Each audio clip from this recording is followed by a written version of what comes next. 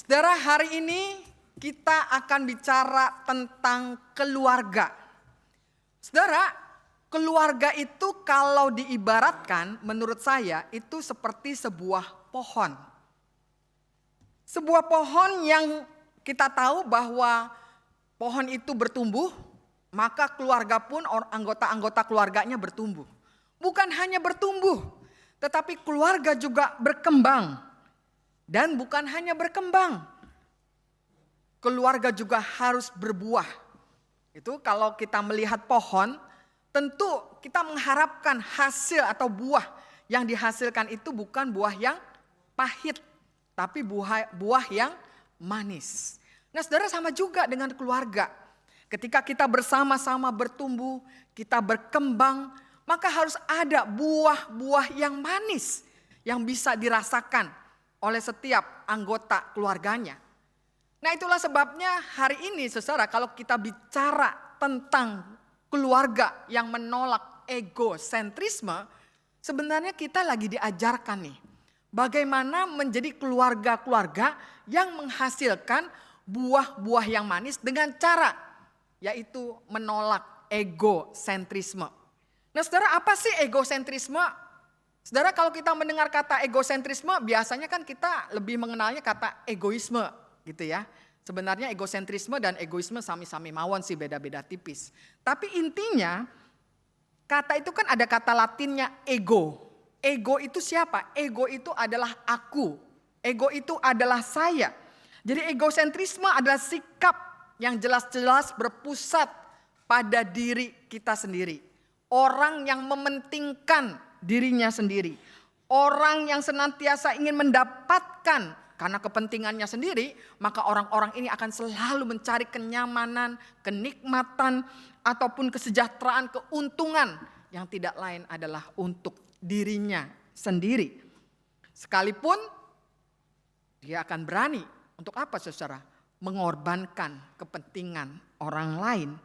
Dan wajar aja kalau pada hari ini tema yang diangkat adalah keluarga yang menolak egosentrisme, ya, karena egosentrisme seperti itu, ya, hanya mementingkan diri sendiri, ujung-ujungnya mengorbankan orang lain. Nah, saudara, mari kita cari tahu, kalau kita tidak mau egosentrisme itu muncul di tengah-tengah kehidupan keluarga kita, apa sih yang harus kita lakukan? Kita harus tahu dulu ciri-ciri orang egosentrisme. Apa sih ciri-ciri orang egosentrisme? Kalau menurut saya ada 4. Ciri yang pertama itu adalah orang yang keras kepala dan tidak mau kalah, maunya menang sendiri. Kalaupun orang ini salah, dia akan begitu menutupinya dan bahkan tidak mau mengakui. Nah, coba melihat, ini yang dilihat jangan suami, istri, anak gitu ya. Yang dilihat dirinya, kita masing-masing nih. Kita ini anggota egosentrisme apa bukan? Kita ini anggota egosentrisme bukan? Apakah kita ini jenis orang yang selalu keras kepala, diomongin gak mau, salah ditutupin dan lain sebagainya. Itu yang pertama saudara.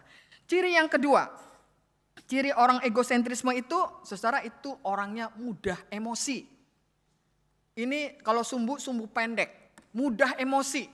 Nah, kalau ini dikaitkan dengan hubungan orang tua dengan anak-anak, maka orang tua yang egosentrisme, yang mudah emosi itu adalah orang tua yang seringkali mengekspresikan emosinya itu dengan kasar. Dengan kata-kata yang menyakiti. Jadi mari lihat lagi diri sendiri.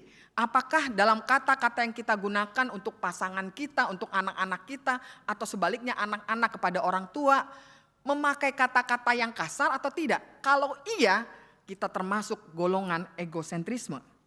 Dan yang kedua, apakah ketika anak-anak kita melakukan kesalahan atau anggota keluarga kita melakukan kesalahan, apakah kita menjadi orang yang toleransi? Bukan toleransi membenarkan kesalahannya ya, tetapi toleransi bahwa kehidupan manusia itu ada gagalnya, ada salahnya. Jadi kita mau memahami dari kesalahan dan kegagalan itu. Nah, kalau orang yang egosentrisme nggak mau kenal nama gagal salah, pokoknya harus benar terus begitu ya. Lalu yang ketiga adalah orang-orang egosentrisme itu banyak tuntutannya dan kurang menghargai usaha orang lain. Padahal usahanya sudah luar biasa. Nah, kadang-kadang ini terjadi pada orang tua yang anaknya banyak. suka sekali membanding-bandingkan satu orang anak dengan anak yang lain. Ada anak bapak, anak ibu, anak papa, anak mama gitu ya. Tapi kalau anak-anak yang dianggapnya bandel, nggak bisa dibilangin, nilai-nilainya jelek, itu bukan anak papa, anak mama. Anak-anak di sini anak papa mama. Oh ini wajah-wajahnya anak papa mama ya. Disayang sama papa mamanya. Nah, itu bagus kan papa mamanya ya. Nah yang berikutnya adalah orang tua yang emosian ini senangnya mengkritik dan kurang memotivasi. Jadi saudara ada dua hal tadi ya. Cirinya yang pertama itu adalah keras kepala, yang kedua emosi, dan yang ketiga orang egosentrisme itu orang pemberontak. Dia adalah orang-orang yang susah sekali diatur. Ngatur orang mau, tapi kalau diatur tidak mau. Ya, dia tidak mau diatur-atur dan senang sekali melanggar peraturan. Itu orang egosentrisme. Dan juga yang keempat, orang egosentrisme ini adalah orang yang haus akan perhatian. Ya, mereka adalah orang-orang yang over self-centered. Orang-orang yang ingin selalu diperhatikan, dinomorsatukan. Orang-orang yang kurang peduli dengan perasaan orang lain. Makanya tidak heran nih kalau orang-orang egosentrisme seringkali dianggap orang-orang yang kurang manusiawi. Nah saudara, apakah ciri-ciri itu tumbuh subur di tengah-tengah kehidupan keluarga kita? Kalau itu yang terjadi, maka kita harus serius saudara untuk mengatasi bagaimana kita tidak menjadi keluarga yang menumbuh suburkan ya sikap-sikap egosentrisme ini. Nah, tapi kita mesti tahu juga kenapa sih orang bisa menjadi egosentrisme, ya? Apa yang ada di dalam diri dia? Yang kelihatannya semuanya hebat, benar, nggak ada salahnya gitu ya. Sebenarnya orang-orang egosentrisme itu, saudara-saudara, itu sebenarnya orang yang menyimpan apa? Dia menyimpan ketakutan, dia menyimpan kekhawatiran. Apa sih yang dikhawatirkan dia? Dia itu sangat khawatir dan takut kehilangan apa yang telah menjadi miliknya atau haknya. Maka itu dia tidak akan rela untuk kehilangan semua itu. Makanya ini bisa kita lihat ya saudara di dalam kehidupan suami istri. Ya, bagaimana ketika misalnya dalam keluarga suami istri, istrinya sudah berjibaku membereskan rumah. Nah suaminya senang-senang aja. Sekarang lagi nonton bola ya. Ini nonton bola gitu ya, main games gitu ya. Itu bukan hanya terjadi pada pasangan suami istri. Kalau ibu-ibu biasanya nonton sinetron, kali ya film-film Korea begitu ya. Pokoknya nggak mau tahu gitu ya. Padahal yang lain sudah luar biasa berjibaku. Demikian juga dengan dalam hubungan orang tua. Ya, orang tua yang egosentrisme itu orang tua yang merasa haknya dia itu adalah mengatur. Ya, karena itu sedikit banyak sadar atau tidak orang tua akan mengekang sedemikian rupa. Anak ditaruh sedemikian rupa, dijaga sedemikian rupa. Padahal kita lupa anak itu adalah milik pusaka daripada Tuhan. Kita ini hanya apa? Pekerja yang diberi upah oleh Tuhan untuk benar-benar bisa membawa anak-anak kita itu pengenalan akan Tuhan, maju ke dalam kedewasaan ya, sehingga pada saatnya mereka akan mandiri. Tapi juga bukan hanya orang tua saja nih yang perlu dikritisi maksud saya ya. Dikritisi karena saya juga melihat ya, banyak anak-anak ini yang juga hidupnya dalam dunianya sendiri. Dunianya itu adalah dunia maya ya. Jadi dunia mayanya itu lebih kuat daripada dunia yang sehari-hari ini. Saya heran juga begitu ya, apalagi dengan adanya AI ya, lebih-lebih lagi. Tadi di belakang saya bilang sama Pak Tono, Pak itu suara kok bagus ya, suara siapa itu? Kata Pak Tono itu kayak suara AI Bu. Waduh ini udah zamannya semua AI maya begitu ya. Yang asli-asli dianggap udah gak menarik rupanya ya. Anak-anak zaman sekarang itu kan begitu ya, wah nonton games. Kalian ini pada senang nonton, ikut games gak? Hah? Wah. Mulai senyum-senyum ya, garuk-garuk kepala gitu. Ini tanda-tandanya apa ya? Jadi kalau kita mau bilang egosentrisme itu ada di mana saja. Bisa ada di suami, ada di istri, orang tua, anak. Kita gak bisa saling menyalahkan. Karena memang sekarang ini lagi begitu tumbuh suburnya. Ya. Nah oleh karena itu kita harus sungguh-sungguh menyelidiki. Jangan mengatakan saya nggak termasuk Bu di dalamnya.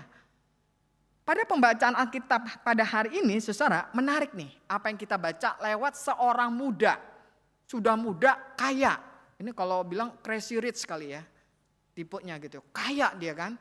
Tapi orang kaya yang kelihatannya saleh. Waduh udah tampan, muda, kaya, saleh. Siapa yang nggak acungin jempol. Ya kan? Nah pada saat dia bertemu Yesus. Apa yang dilakukan oleh orang kaya muda itu? Dia dikatakan berlari-lari. Nggak cukup hanya berlari loh. Dikatakan dia bertelut. Menundukkan diri. Tersungkur di hadapan Tuhan. Ini menarik sekali ya. Karena kalau pembacaan-pembacaan lainnya. Kalau ada orang berlari-lari. Terus dia tersungkur. Itu biasanya di dalam Injil ceritanya tentang siapa itu? Orang berlari-lari gitu ya.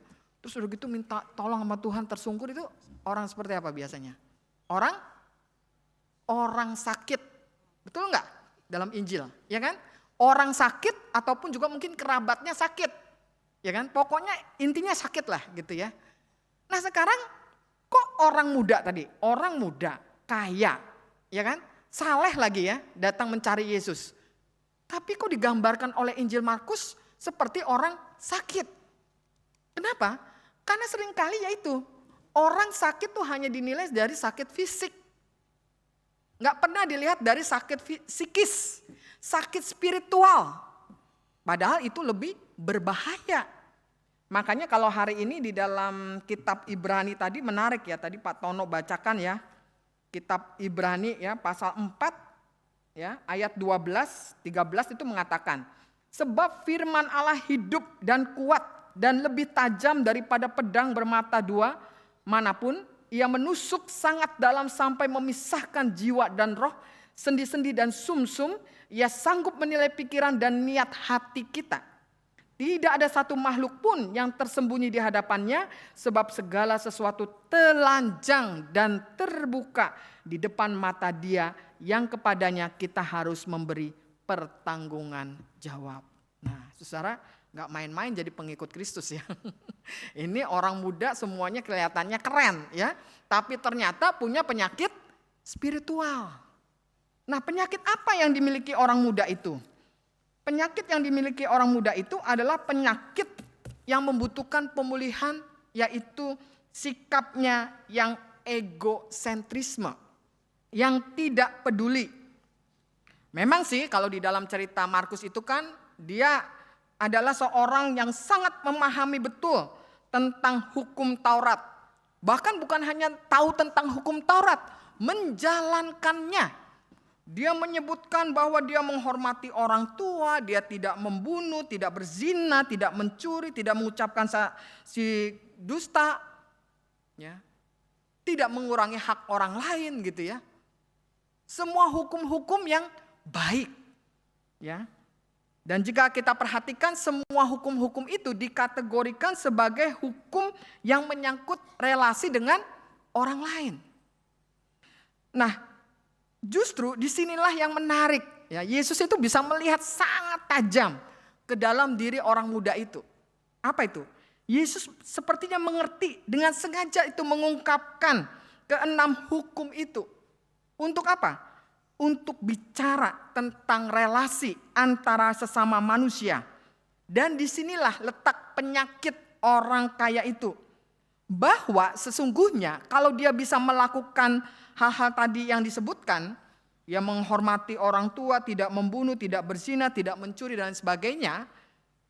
Kita harus tahu motivasinya orang itu tuh apa. Gitu kan. Nah ternyata motivasinya adalah hanya melakukannya sesuai dengan hukum, aturan, dan ujung-ujungnya supaya apa? Dinilai orang baik gitu ya. Dianggap benar, dianggap tidak salah, orang hebat, dan lain sebagainya. Padahal Tuhan Yesus mengatakan apapun yang kita lakukan di dalam hidup ini tidak cukup hanya sekedar peraturan-peraturan agama, hukum-hukum agama. Tapi bagaimana itu harus muncul dari sebuah kepedulian. dari sebuah kasih yang tulus, yang sungguh-sungguh harus hadir dalam kehidupan kita. Makanya di dalam kehidupan keluarga juga seringkali kan orang tua senangnya menegakkan peraturan, ya. Lalu nanti anak-anaknya juga akan menjawab, tuh kan sudah melakukan apa yang papa mama mau, begitu ya. Tapi kalau kita mau melihat lebih dalam nih, tadi seperti yang firman Tuhan menusuk sangat dalam, apa sih yang kita lakukan dengan semuanya itu? Ketika orang tua, ketika suami atau istri mau melakukan yang baik dalam relasi kemanusiaan, apa yang dilakukannya? Apakah sungguh-sungguh dasarnya karena kasih? Karena ingin membangun kehidupan keluarga yang memang di dalam kehidupan keluarga itu semua orang yang ada di dalamnya mendapat ruang, peran yang tidak ada satupun tidak diperhatikan. Semua diperhatikan. Nah ini yang seringkali susah saudara-saudara. Apalagi di zaman postmodern, ya. Hari ini kan makanya GKI Surya Utama memberi peran pada orang-orang lanjut usia, ya, saudara-saudara. Nah, seringkali kita melihat kan yang miris banget ya, ada keluarga-keluarga yang orang tuanya sampai meninggal saja anak-anaknya tidak tahu, ya. Ini kan sesuatu yang mau mengatakan kepada kita betapa luar biasanya. Komunikasi, alat komunikasi sudah begitu canggih, ilmu pengetahuan sudah begitu tinggi, tapi itu tidak bisa menembus, malah sebaliknya, membawa ruang jarak yang sangat jauh. Ini sangat sesuatu yang memang tidak mudah memang ya. Tetapi saya rasa sebagai gereja kita harus bukan saja memperhatikan kehidupan kita berkeluarga, tetapi juga di gereja. Di gereja itu secara gereja GKI itu adalah gereja family, ya, family church. Jadi semua usia itu harus mendapatkan tempat dan perhatian. Tidak ada yang tidak, ya. Jadi tidak hanya satu kelompok, misalnya cuma orang mudanya saja, atau orang dewasanya saja, atau anak-anaknya saja, tapi semua usia. Sama juga di dalam kehidupan keluarga kita masing-masing. Kita harus menjadi orang-orang yang mau, ya, memotivasi diri kita di dalam kasih. Karena kalau tidak, saudara, kita tuh gampang sekali masuk ke dalam tindakan-tindakan yang gampang menindas orang lain. Ya, seperti yang tadi kalau kita baca di dalam kitab Amos, ya. Kitab Amos itu kan kitab yang menyuarakan kritik sangat tajam kepada kerajaan Israel Utara, ya, yang pada waktu itu mengalami kemakmuran setelah kekalahan dengan Syria dan Asyur, ya. Jadi ini kerajaan yang sangat makmur, raja-rajanya hebat, tapi semuanya itu karena apa? Karena menindas rakyatnya. Jadi tidak ada keadilan. Nah, di dalam kehidupan keluarga juga begitu Bapak Ibu. Ketika egosentrisme itu tumbuh, di sana tidak ada keadilan. Makanya lawan dari egosentrisme itu apa Bapak Ibu? Lawan dari egosentrisme itu apa? Lawan dari egosentrisme itu adalah kasih. Lawan dari egosentrisme itu adalah kasih. Dan kasih itu pun masih harus tuh ditanyakan secara mendalam. Seperti yang surat Ibrani tadi katakan. Apakah yang kita lakukan itu betul-betul kasih yang murni, yang tulus. Atau hanya sekedar kewajiban, hanya sekedar bahwa ini peraturan. Dan terus kita membanggakan diri sudah melakukan ini dan itu. Saudara-saudara, dalam masa yang kita sadar betul di dunia yang orang menjadi sangat-sangat individualis ya. Justru disinilah peran-peran kita sebagai orang-orang Kristen. Ketika rumah tangga kita, keluarga kita dibangun dalam hubungan yang saling memahami dan mengerti. Walaupun saya memahami betul, menerima pasangan, menerima anak-anak ya, atau sebaliknya anak-anak kepada orang tua, itu memang membutuhkan pengorbanan yang luar biasa. Ya, penerimaan itu bukan hanya sekedar oh saya mau menerima gitu ya. Ada hal-hal yang kita harus mengorbankan, bahkan mengorbankan hidup kita. Supaya hidup keluarga kita menjadi cemerlang di hadapan Tuhan. Harmonis ya. Dan kalaupun memang ada kekurangan-kekurangan, itu kita sadari juga bahwa keluarga kita memang bukan keluarga sempurna. Tetapi keluarga yang tidak sempurna tetapi mau terus-menerus disempurnakan oleh firman Tuhan. Dan salah satunya kita belajar hari ini untuk menolak egosentrisme. Amin.